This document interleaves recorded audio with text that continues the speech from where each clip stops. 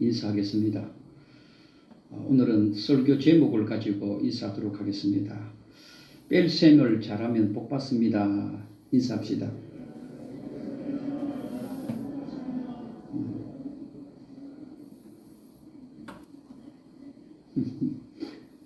잘 아직 기억이 안 될 것 같아서 다시 한번 굉장히 의미 있는 말씀이기도 합니다. 뺄셈을 잘하면 복받습니다. 인사 다시 한번 합시다.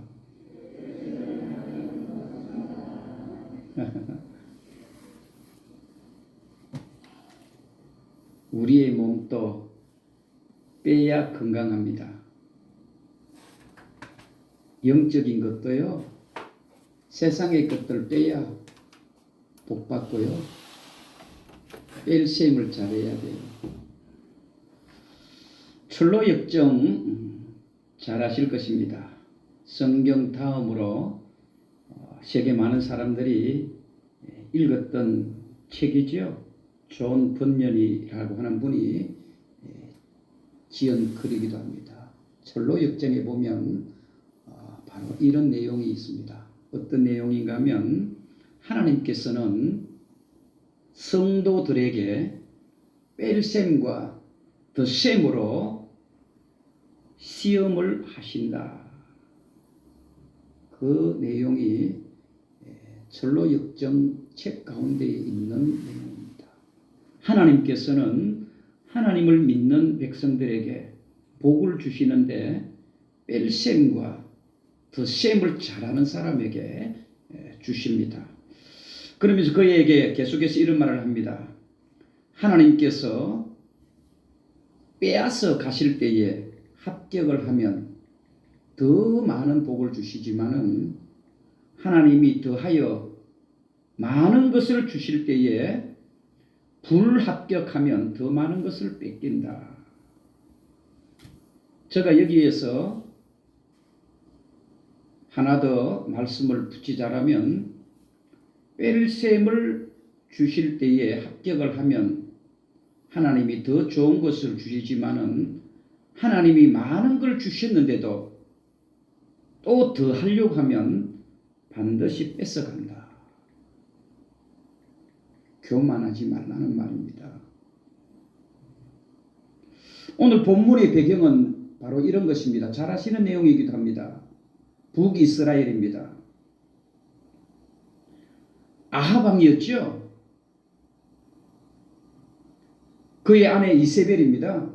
성경 역사 가운데 가장 악한 왕이면서도 왕비가 바로 이 두 사람을 이야기합니다. 아합과 이세벨입니다. 이 이세벨은 이방 여자입니다. 그런데 이 이방 여자가 북이스라엘의 아합 왕에게 결혼을 하면서 그냥 온 게 아닙니다. 바로 그가 섬겼던 신을 가지고 들어왔습니다. 우리가 잘 아는 바알이라고 하는 우상입니다. 자기 혼자서 자기 방에서 그냥 우상을 섬기는 것이야 뭐 별 문제가 안 될 수도 있겠지요. 그런데 이 아합과 이세벨 왕은 전 나라의 백성들에게 이 바알의 우상을 섬기도록 그렇게 해버렸습니다. 거기에서 문제가 발생되어집니다. 하나님이 가만히 있겠어요? 하나님의 나라 아닙니까? 남쪽은 유다고 북쪽은 이스라엘이라 할지라도 하나님의 나라입니다. 그 이세벨이 자기 혼자서 섬기는 신을 자기 방에서 섬겼다라면 뭐 지옥 가겠지만은 남들이 뭐라 하겠어요? 근데 전 하나님의 백성들에게 그것을 강조하고 강요해서 섬기겠습니다. 그래서 하나님께서 어떤 징계를 내리시는가 하면 3년 6개월 동안 비를 멈추게 됩니다. 그 내용이 오늘 본문의 배경이 됩니다. 3년 6개월 동안 가뭄이 왔다는 것은 죽으라는 말입니다. 그 나라는 이제는 망했다는 말입니다.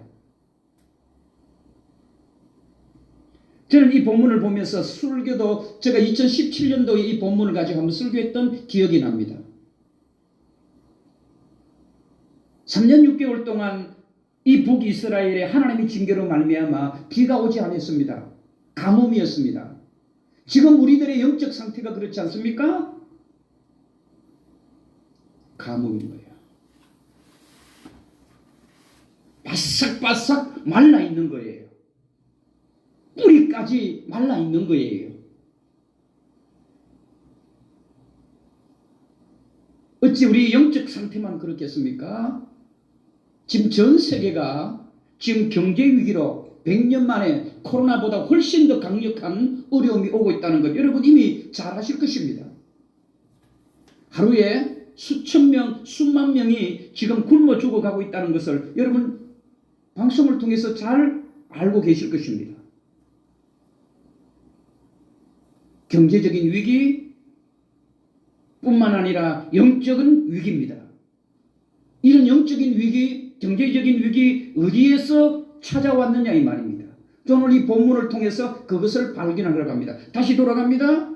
하나님의 나라가 하나님을 섬기지 아니하고 이방 우상을 섬길 때에 하나님은 결단코 우리를 그냥 놔두지 않는다는 사실입니다. 바로 가뭄입니다. 3년 6개월 동안 비가 멈추었습니다. 우리 대한민국도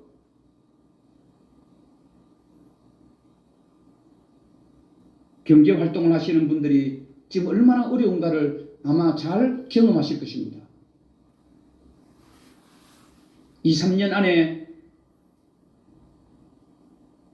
붕괴될 위기에 있다는 것도 전문가들은 그렇게 말을 하기도 합니다. 그런데요, 3년 6개월 동안 가뭄이 와도 살 수 있는 방법이 있습니다. 살아날 수 있는 방법이 있습니다. 오늘 하나님은 엘리야라고 하는 선지자를 통해서 가르쳐 주시는 겁니다.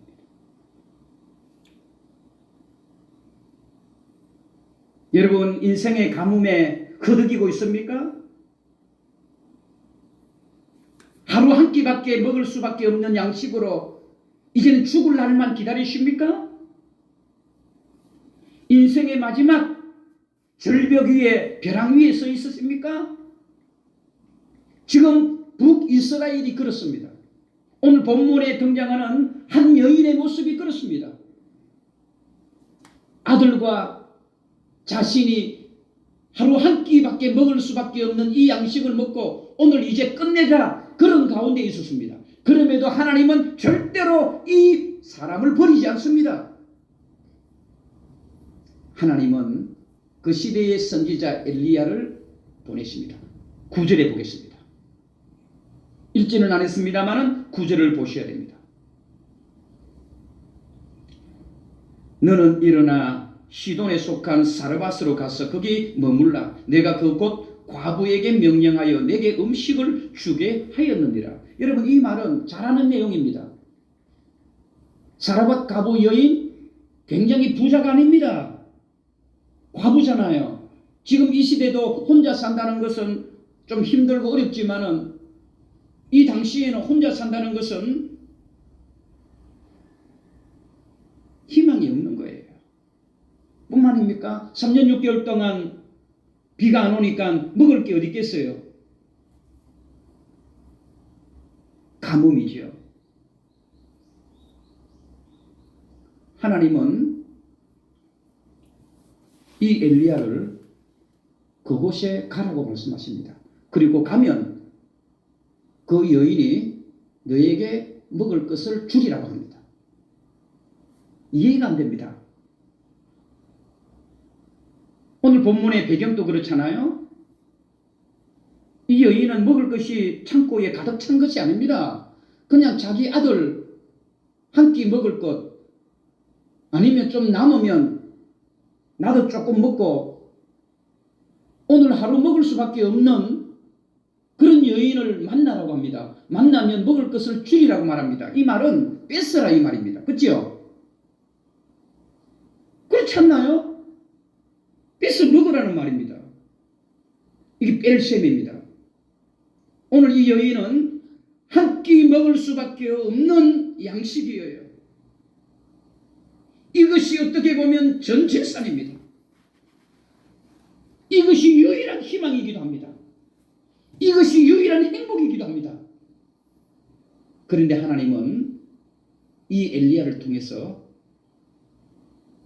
수네임 여인에게 가라고 말씀하시고 그 여인에게 가지고 있는 것을 너가 뺏어 먹어라.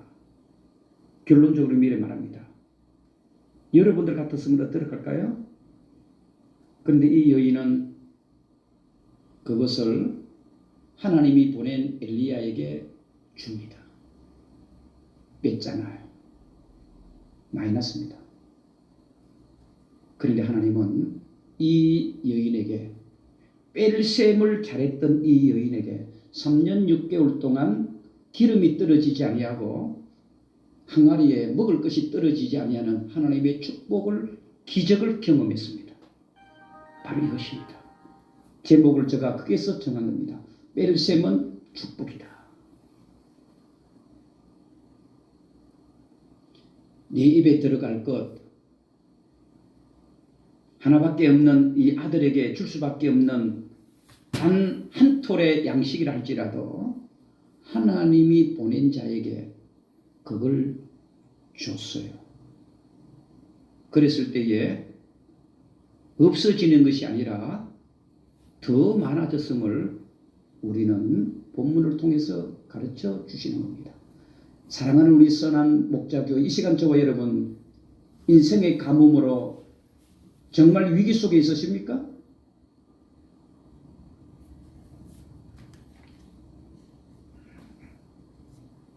더 채우려고 하지 마세요.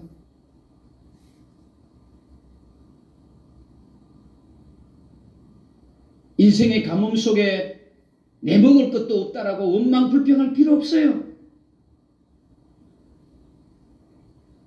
저는 그래서 오늘 이 본문을 통해서 하나님의 계획을 알면 된다. 하나님의 계획을 알면 돼요. 그래서 제가 구절을 읽었던 내용이 바로 그겁니다. 하나님은요, 엘리야를 통해서 이 수렙 사르밧 여인을요, 하나님은 그렇게 축복해 주시기를 원하셨던 겁니다. 저는 이 사르밧 여인은요, 이방 여인이거든요. 왜 하나님께서 이 사르밧 여인을 택했을까? 결론은 이겁니다. 뺄셈을 풀 수 있는 답을 쥐고 있었기 때문에 그렇습니다. 답을 쥐고 있었던 거예요. 저와 여러분, 우리는 신앙생활 하면서 하나님이 주신 답을 우리는 쥐고 있어야 됩니다. 그 답이 무엇입니까? 뺄셈을 잘하면 하나님이 반드시 복을 주실 것이라는 그 믿음입니다. 비록 이방 여인이었지만은 하나님이 출제하시는 그 시험의 문제의 답을 알고 있었기에 하나님은 그 여인을 수많은 사람들 가운데에 이방 여인을 택한 이유는 바로 여기에 있습니다. 저와 여러분들도 마찬가지입니다. 하나님이 여러분들에게 문제를 출제하실 것입니다. 그 출제의 문제는 간단합니다. 뺄셈입니다. 뺄셈을 잘하는 여인에게 하나님은 복을 주시는 것이지요. 이미 하나님은 계획이 있었던 겁니다. 그래서 제가 구절을 읽었던 겁니다. 여러분, 이 엘리야가 이 사르밧 과부를 찾아가기 전에 먼저 하나님께서는요, 까마귀를 통하여 하나님께서 이 엘리야를 먹을 것 입을 것 주셨거든요. 근데 그리시네가에서 물이 말라버렸단 말입니다. 먹을 것이 이 엘리야에게도 없다 보니까 하나님은 이 여인을 찾아가라가는 그것이 이 모든 말씀의 배경이기도 합니다. 하나님께서는 하나님의 뜻과 하나님의 계획을 잘 알고 있는 자들에게 하나님은 오늘 이 시간에도 엘리야를 통하여 그 가정의 기적을 만들어 가시기를 원하고, 아무리 3년 6개월 동안 가뭄으로 헐벗는다 할지라도 하나님은 뺄셈을 통하여 더 큰 기적을 주시기를 원하시는 우리 하나님이시라는 것을 저와 여러분들이 오늘 이 본문을 통하여 깨달아지는 은혜가 있기를 주님의 이름으로 축복합니다. 작은 떡 하나를 만들어 내게로 가져오라. 여러분, 그것이 11절의 말씀에 보세요. 그가 가지러 갈 때에 엘리야가 그를 불러 이르되 청하건대 내 손에 떡 한 조각을 내게로 가져오라. 12절에 봅니다. 그가 이르되 당신의 하나님 여호와께서 살아 계심을 두고 맹세하노니 나는 떡이 없고 다만 통에 가루 한 움큼과 병에 기름 조금뿐이라. 내가 나뭇가지를 둘을 주우다가 나와 내 아들을 위하여 음식을 만들어 먹고 그 후에 죽으리라. 그 후에 죽으리라. 죽을 각오를 이미 하고 있었지요.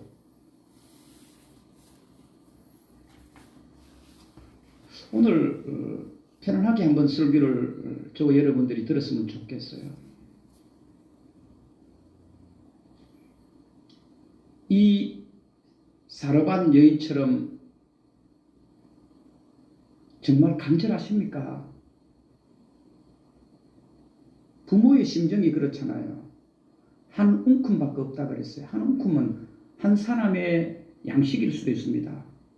부모라면 자기 입에 안 들어가도 누구 입에는 넣으려고 해요? 자식 입에는 넣기를 원하는 것이 부모 아닙니까? 자식을 위해서라면 우리 한국의 부모들은 못할 부모가 어디 있습니까? 무슨 짓이라도 다 하지요. 지금 그런 위기에 이 사르밧 과부는 이기는 겁니다. 한 움큼밖에 없어요. 한 끼 먹고 이제 죽으리라 이 각오로 있는 거예요. 그런데 앞에 우리가 살짝 보면 이 여인은 보통 여인이 아닙니다.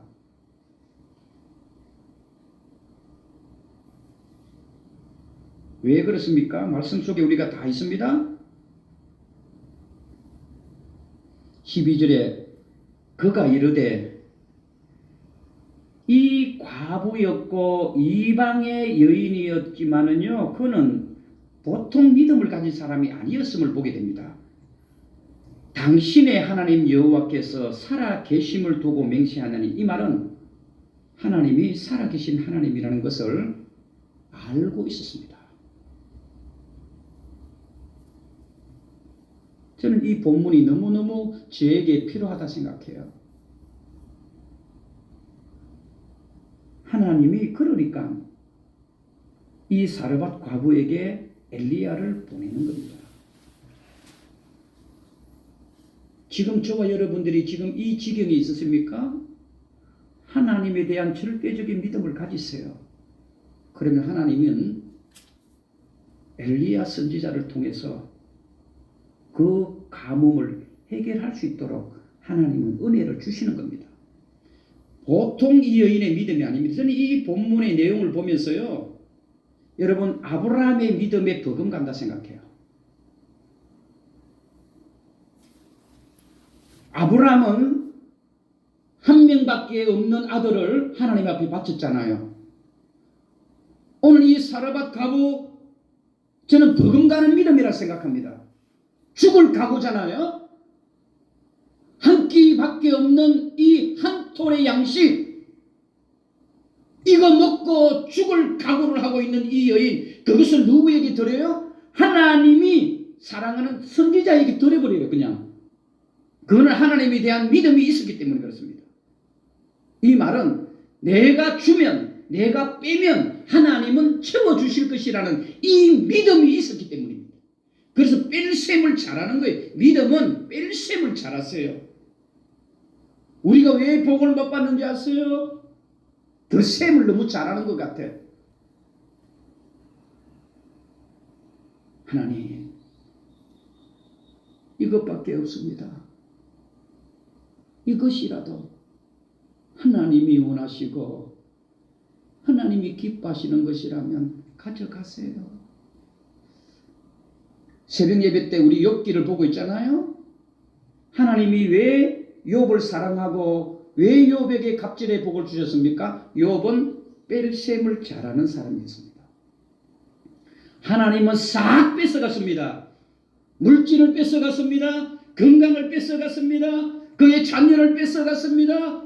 그에 있는 모든 것을 뺏어갔습니다. 그럼에도 불구하고 이 욥은 주신 자도 하나님이신데 하나님 뺏어갔어요. 하나님은 뺄셈을 잘하니까 복을 주신 겁니다. 성경에 보세요. 신약 성경에도 보세요. 300데나리온이 된 그 여인이 결혼 지참금 아닙니까?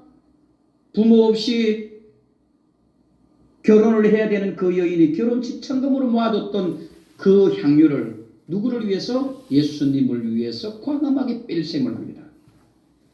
그래서 하나님은 복을 주십니다. 우리가 왜 하나님 앞에 복을 못 받습니까? 넉넉히 주셨습니다. 지금도 넉넉히 주셨어요. 그런데 우리는 뺄셈을 못하는 것 같아요.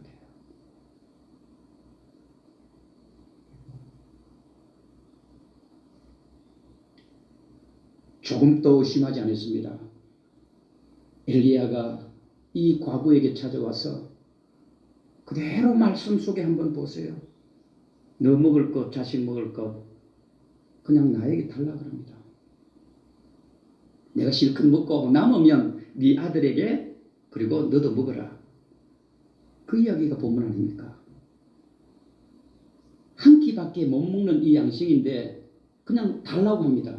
여러분들 같았으면 그러실 수 있을까요? 제가 항상 웃으면서 이런 이야기 하잖아요. 식사를 하러 갈 때에 맛있는 고기를 먹을 때에 어때요? 실컷 먹고 나서 남으니까 목사님 더 드실래요? 하잖아요. 그거는 정말 옳은 방법이 아니라고 제가 몇 번 이야기했잖아요. 그 말은 뭡니까? 자기가 실컷 먹고 남으니까 목사님 더 드실래요? 아니라는 말입니다. 내가 이거 먹어도 모자라고 더 시켜 먹어도 되는데 목사님 더 드세요. 자기 것을 옮겨줄 수 있는 것이 진짜 섬김인 것처럼 우리가 하나님 앞에 섬기고 예수님 앞에 섬기고 하나님을 믿는 사람들이 해야 되는 모습은 바로 이런 모습들입니다. 내 입에 들어가기도 없고 내 입에 들어가기도 아까운 것이지만은 하나님이 보낸 이 엘리야가 다오 할 때에 달라고 할 때에 이 여인의 보세요. 말씀 속에 머뭇머뭇거리지 않습니다. 주저주저 하지도 않습니다. 안 됩니다라고 말하지 않습니다. 죄송하지만은 우리 아들에게 주겠습니다. 그 말도 하지 않습니다. 그대로 순종합니다. 왜요? 하나님에 대한 절대적인 믿음이 있었기 때문에 이것 한 끼밖에 없지만은 하나님이 달라고 하면 줄 때에 하나님은 그냥 주려고 하는 게 아니라 더 큰 계획이 있다는 것을 이 여인은 알았던 거예요. 바로 이게 믿음입니다. 그게 믿음인 거예요. 의심하지 마세요. 그냥 순종하세요. 하나님이 달라면 하나님이 이것을 달라고 할 때는 더 좋은 것을 주시기 위한 하나님의 계획이 있다는 것을 여러분들에게 고난이 있으십니까? 막 울고 싶습니까? 그래도 하나님 앞에 감사하세요. 하나님은 더 많은 것을 준비해 놓으셨습니다. 그것은 이 본문의 결과를 알고 있지 않습니까? 하나님이 달라고 할 때에 하나님 가져갔어요. 했을 때에 하나님은 3년 6개월 동안 이 가정에 기름이 떨어지지 아니하고 먹는 양식이 떨어지지 아니했습니다. 바로 뺄셈의 시험입니다. 저는 우리 교회가 그래야 합니다. 지금 영적으로 가뭄 속에 있습니다.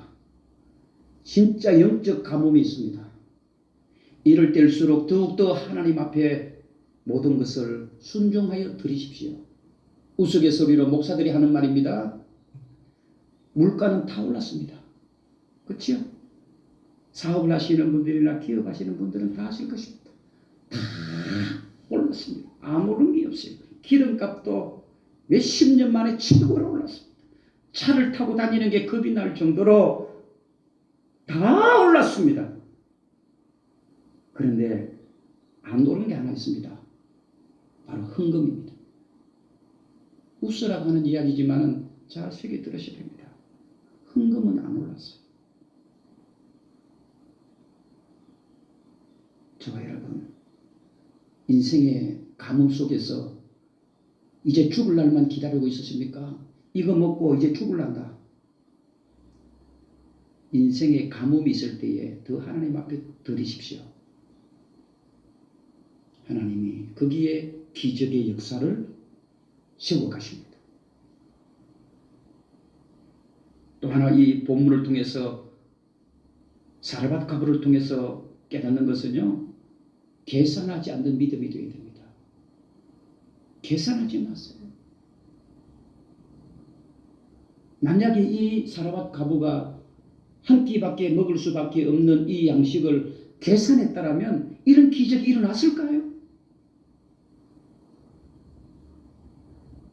지금 저와 여러분들은 먹을 것, 입을 것, 마실 것 이미 다 챙겨놨잖아요.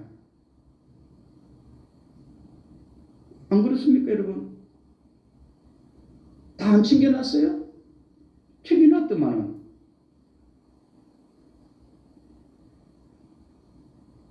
계산하지 말라.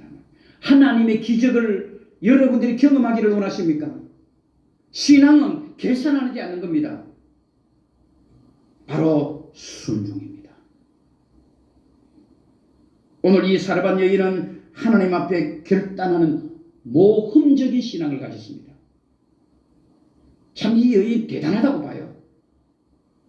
비록 과부가 되어서 남편이 없는 비참한 인생을 살아가지만은 참 대단한, 어떻게 보면 배짱이 있는 여자 아닙니까? 그렇잖아요. 배짱이 있는 것 같아요. 신앙도요, 모험적인 신앙이 있어야 돼요.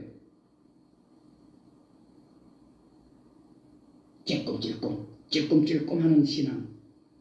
계산하고 이리 재고 저리 재고. 그런 사람한테는 절대 하나님의 기적의 역사는 일어나지 않습니다. 과감하게 자기 자식에게 먹여질 양식조차도 과감하게. 오늘 본문은 너무 적나라하게 이야기하는 것 같아요. 죽으리라. 이 한 끼 먹고 죽으리라. 그렇게 각오되어 있었던 그 한 끼는 어떻게 보면 너무너무 소중한 거 아니겠습니까? 그런데도 이 여인은 과감한 모험적인 신앙을 가진 것 같아요. 과감하게 하나님 앞에 드려버린 겁니다. 저는 이 여인은 용기 있는 신앙이라고 봐요. 이런 용기, 이런 모험은요, 하나님에 대한 절대적인 믿음이 없으면 일어나지 않습니다. 하나님에 대한 절대적인 믿음이 없이는 우리의 용기, 우리의 모험적인 신앙 일어나지 않습니다. 우리의 신앙은 이 사르밧 가부를 통해서 우리가 깨달아야 할 것은 우리의 믿음은 용기 있는 믿음이 되어야 돼요. 주저주저하고 망설이고 머뭇머뭇거리면 절대로 기적은 일어나지 않습니다. 미국에 오거스타 내셔널 골프장이 있습니다. 골프장이에요. 이 골프장이 왜 유명한가 하면 13번 홀 때문에 유명합니다. 13번 홀은 굉장히 난이도가 높다고 합니다. 누구든지 이 13번 홀에만 가면 기도부터 먼저 한대요. 왜냐하면 너무 어려우니까. 그래서 그 13번 홀을 이렇게 명칭이 붙었다고 아멘 홀이다. 아멘 코스다. 이렇게 정해놓은 거예요. 왜냐하면 그만큼 13번 홀이 어렵다 보니까. 더 재밌는 것은 12번 홀까지 1등을 달리고 있어도 13번 홀에 실수하면 그가 꼴찌가 되는 것이 그만큼 어려운 코스가 13번 코스라고 합니다. 저는 이것을 읽으면서 많은 것을 깨달았어요. 우리의 믿음도 그렇다고 봐요. 여러분 12번 홀까지, 여러분 지금 이 순간까지, 이 나이대까지 여러분 1등으로 달려왔습니까? 사람들에게 최고로 여러분 인정받고 있었습니까? 13번 홀에 실패하면 여러분 다시 꼴찌가 되는 겁니다. 우리 인생도 그렇고 우리의 믿음도 그렇습니다.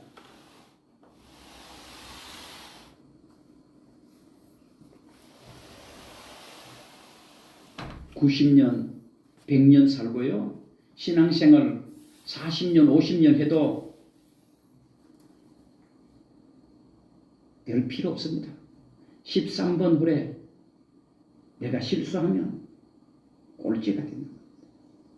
오늘 이 여인 보세요. 12번 홀까지는 꼴찌였습니다. 저는 그래서 이런 내용들을 저는 참 좋아해요. 이 사라밧 과부는 12번 홀까지는 꼴찌 인생을 살았습니다. 그런데 13번 홀에서는 퍼펙트였습니다. 바로 순종이었습니다. 1등이 되었습니다. 하나님께서 벨셈의 문제를 여러분들에게 내실 때에 답은 딱 하나입니다. 순종입니다. 순종입니다. 하나님께서 여러분들에게 벨셈의 문제를 내잖아요. 정답이 뭘까요? 꼭 기억해 놓으세요. 순종입니다. 순종하겠습니다. 하나님이 여러분들에게 가장 귀한 것을 뺏어갑니까? 가장 귀한 것을 달라고 합니까? 계산하지 마세요. 그냥 하나님 순종하겠습니다. 그게 정답입니다. 우리가 왜 하나님 앞에 기적의 주인공이 못 됩니까? 하나님이 달라고 하면 항상 계산하기 때문에 그렇습니다.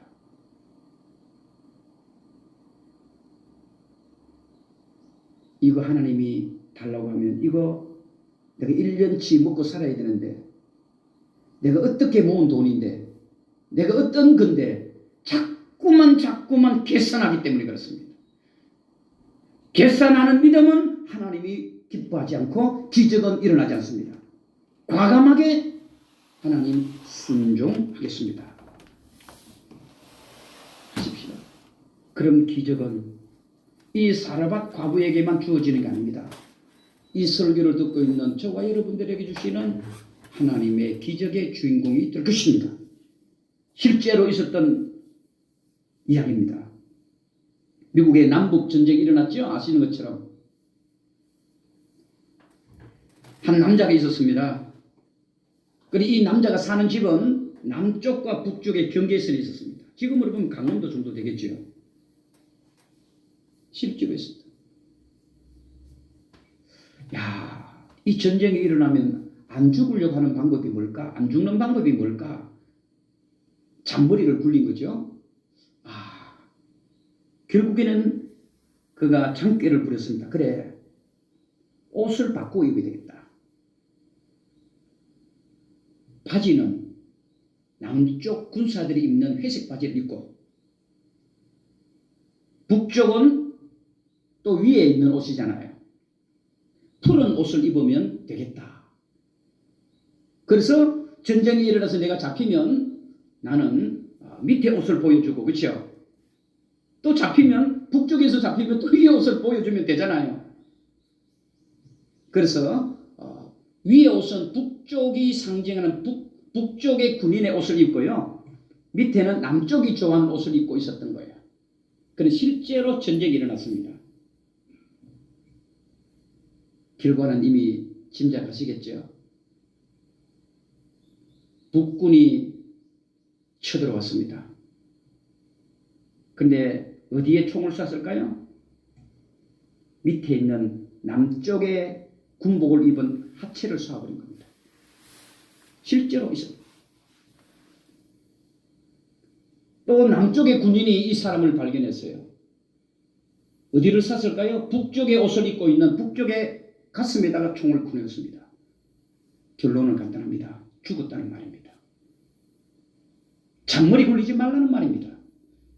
남쪽에 북쪽에 내가 다 살 수 있는 것은 중간지대, 그러면 살겠지. 우리의 믿음은 중간지대가 없다 이 말입니다. 하나님이 아니면 우리는 모두가 아닌 거예요. 예수님이 아니면 아닌 거예요. 계산하지 말라는 말입니다. 그냥 순종하십시오. 말씀을 맺으려고 합니다. 계속해서 반복합니다. 뺄셈을 잘하면 기적은 일어난다. 뺄셈의 인생은요, 가뭄이 있어도 하나님은 풍년으로 바꿔주시는 분입니다. 14절에 보세요. 자, 이 사렙의 가부에게 뺄셈을 잘한 이 여인에게 주시는 하나님 은혜지요. 자, 뭐요? 이스라엘의 하나님 여호와의 말씀이 나 여호와가 비를 지면에 내려있는 날까지 그 통에 가루가 떨어지지 아니하고 그 병에 기름이 지지 아니하리라 하셨느니라. 아멘. 여러분, 아직까지 3년 6개월 동안 비는 안 왔어요. 그렇죠? 나중에 비가 오게 됩니다. 중요한 부분입니다. 이 말은 뭡니까? 모든 북쪽의 이스라엘 사람들 모두가 다 가뭄에 허덕이고 있었어요. 그럼에도 불구하고 유일하게 이 여인만큼만은 여러분 풍년의 인생을 살았습니다. 아멘. 이거 재밌지 않나요? 전 세계가 지금 경제의 가뭄으로 허덕이고 있습니다. 그럼에도 불구하고 이 여인은 풍년이었습니다. 왜? 뺄셈에 순종했기 때문에. 제가 이런 설교하면서 자괴감을 느끼죠. 설교를 100번, 1000번 해도 이 말씀대로 안 사는 성도들이 있으니까 우리가 복을 못 받는 거예요. 기적은요, 하나님을 실제로 보는 창문입니다. 왜 이 시대에 기적이 일어나지 않습니까? 이 사르밧 과부의 믿음이 없기 때문에 그렇습니다. 왜 우리는 기적이 일어나지 않습니까? 우리는 뺄셈을 못하기 때문에 그렇습니다. 우리는 모두가 다 덧셈과 곱셈만 하는 거예요. 하나님 복을 주세요. 수십 배 주세요. 수백 배 주세요. 이렇게만 기도하는 거예요. 하나님, 내가 가진 것 이거 전부입니다. 이거 하나밖에 없지만 하나님 가지세요. 뺄셈을 잘할 때 더 큰 복을 주시는 우리의 하나님이십니다. 이것을 파라독스라고 합니다. 역설적인 거예요. 우리 기독교는 역설적인 믿음이 있어야 됩니다. 하나님이 달라고 하면 그냥 주세요. 하나님이 달라고 할 때는요, 다 더 좋은 걸 주시려고 하는 거예요. 우리는 자꾸 잔머리 굴리는 거예요. 계산하는 거예요. 계산기 두드리는 거예요. 내가 이것이 어떻게 모은 건데 1년 동안 먹고 살 것인데 이런 계산하다 보니까 기적을 못 보는 겁니다. 그래서 기적은 하나님을 보는 창문이다. 하나님을 보기를 원하십니까? 기적의 주인공이 되십시오. 그리고 기적은요, 신앙의 표현입니다. 기적이 없는 인생이는요, 정말 불쌍한 인생이에요. 내가 이 신앙생활을 하면서 기적을 아직 경험하지 못했다면 그 신앙은 우리가 의심해 봐야 됩니다.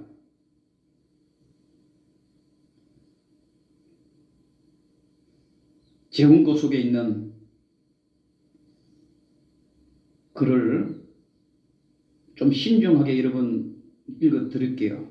기적은 믿음의 우등생에게 주는 하나님의 상이다. 잘 들으셔야 됩니다. 그 어디에도 없는 말입니다. 다시 말씀을 드립니다. 기적은 믿음의 우등생에게 주는 상이다.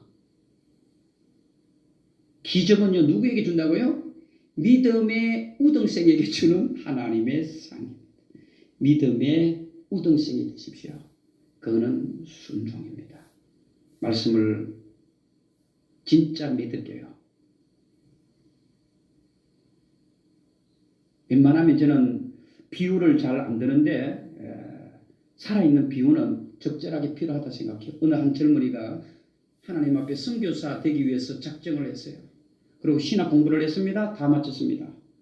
그런데 이제 선교사 갈 일만 남았습니다. 그런데 교통사고 났습니다. 한쪽 발을 잃었습니다. 한쪽 발을 잃었어요. 하나님 앞에 원망합니다. 하나님 앞에 평생을 내가 바치겠다라고 약속했는데 하나님 이러실 수 있습니까? 하나님 이럴 수 있습니까? 이럴 수 있었어요. 내 모든 인생을 하나님의 영광을 위하여 바치기로 아프리카에 가서 내가 주의 복음을 위해서 살려고 하는데 왜 이 다리를 뺏어가느냐고 그렇게 원망했습니다. 모든 걸 포기해버렸어요. 그런데 선교사 시험에 합격을 했습니다.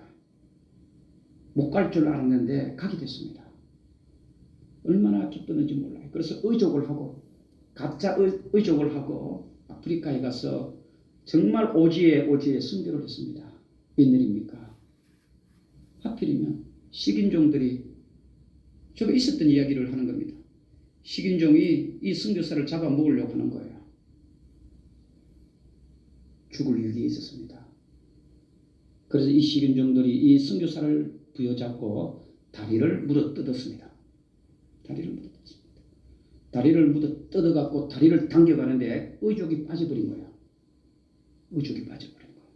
그러니까 이 식인종들이 그 다리를 씹으면서 이 사람은 사람이 아니구나. 이 사람은 하나님이다. 그 식인종들이요.